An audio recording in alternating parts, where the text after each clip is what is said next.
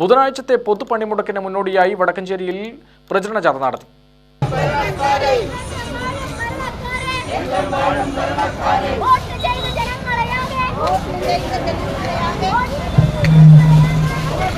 സംയുക്ത ട്രേഡ് യൂണിയന്റെ നേതൃത്വത്തിൽ മംഗലത്തു നിന്നും ആരംഭിച്ച ജാഥ വടക്കഞ്ചേരിയിൽ സമാപിച്ചു. പ്രചരണ ജാഥയുടെ സമാപനോദ്ഘാടനം ATC നേതാവ് അബ്ബാസ് നിർവഹിച്ചു.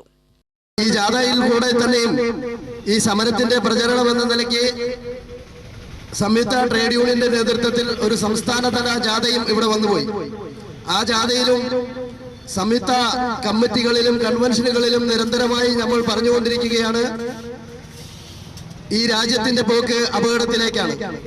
തൊഴിലാളി വർഗം ഒറ്റക്കെട്ടായി നിന്ന് പോരാട്ടത്തിനിറങ്ങിയില്ലെങ്കിൽ ഈ പിറന്ന നാടിന്റെ മാനാഭിമാനം കാത്തുരക്ഷിക്കാൻ നമ്മൾക്ക് കഴിയാത്ത രീതിയിലേക്കാണ് കാര്യങ്ങളുടെ പോക്ക്. ജനിച്ച മണ്ണിന്റെ അവകാശങ്ങൾ നിഷേധിക്കുന്ന തരത്തിൽ പൊതുമേഖലാ സ്ഥാപനങ്ങൾ വിറ്റുതുലയ്ക്കുന്നത് പോലെ. CPM local secretary K. Prabhakaran അധ്യക്ഷനായി. ജാഥ captain K. Radhakrishnan, vice captain Suresh Kumar, Ponnukutty എന്നിവർ സംസാരിച്ചു. UTV news, Palakkad.